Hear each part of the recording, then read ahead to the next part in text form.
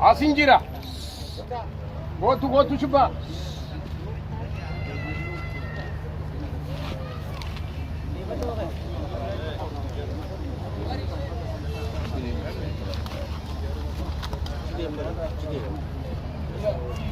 يسموها اللواء المهاجرين صح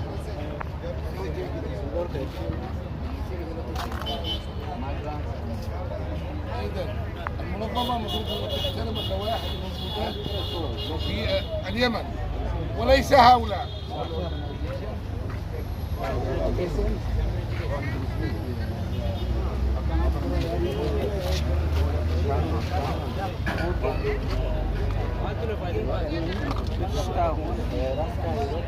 وليس هؤلاء الناس يعني المظلومين.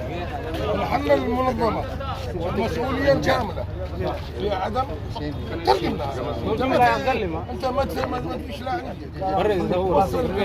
نحمل المنظمة اذا لم يحلوا لهم مشاكلهم او ما يستطيعوا يحلوا لهم مشاكلهم عليهم ان يرجعون من الخدمات.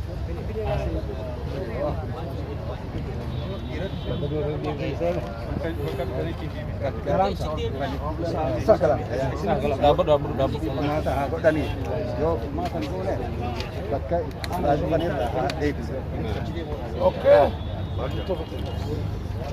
في لوائح قوانين الهجرة والمهاجرين واللاجئين وانتم تعرفوا هذا. كفايه هذا الشعب من امراض من كورونا، لا كهرباء لا جن، وانت بتجيب امراض لهذا الشعب.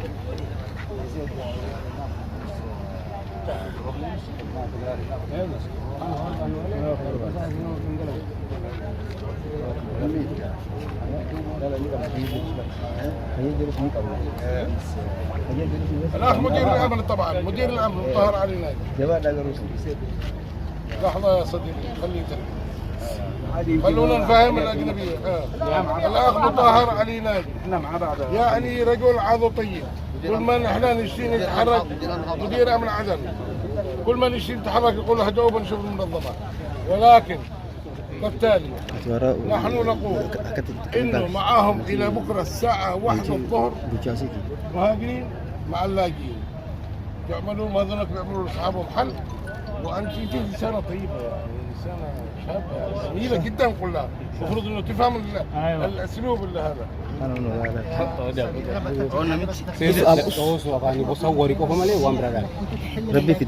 اول ترجم لي ايش اللي قلت؟ تكلمناهم لا الان اللي قلته الان احنا بعد الدوله المجهزه.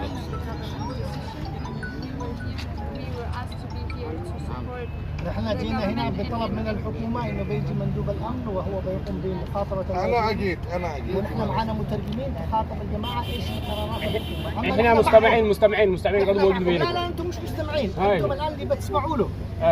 تفضلوا تعالوا تعالوا. ايوه ini ya beri nanti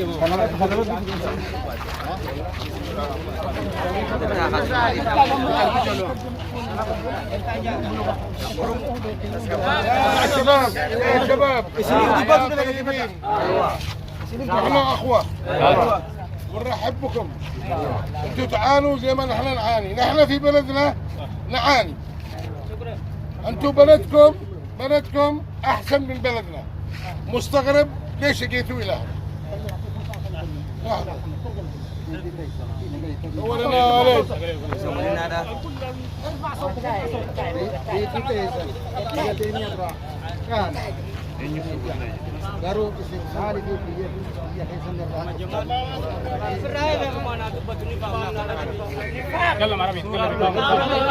انا بطرح كلمتين اثنين. نحن كأمن يكفينا اللي عندنا، لا كهرباء عندنا لا ماء ولا ده، ما نزيدش ننشر الامراض. الناس يتكلموا عن كورونا انه ممنوع التجمع وانت جيت تتجمع لي. هي كلمه واحده بطرحها. ومسؤولة المنظمه فين يا ابليس؟ ميري مسؤولة المنظمه هنا وانا اتكلم حرفيا. نحن نحمل المنظمه المسؤوليه بالنسبه لحقكم هم تمام، ولكن يوم غدا الساعه 1 الظهر لا تركن. يوم غدا الساعة 1 الظهر ما أريد أشوف أي حاجة ولا واحد، ونحن يعني معاكم بس ما بيدينا حاجة. بلدكم أحسن من بلدنا. أنتم عندكم كهرباء، عندكم ماء، عندكم خضرة، عندكم كل شيء، عندكم كل شيء. مستغرب ليش جيتوا، ولكن أنتم في بلدكم الثاني في لوائح.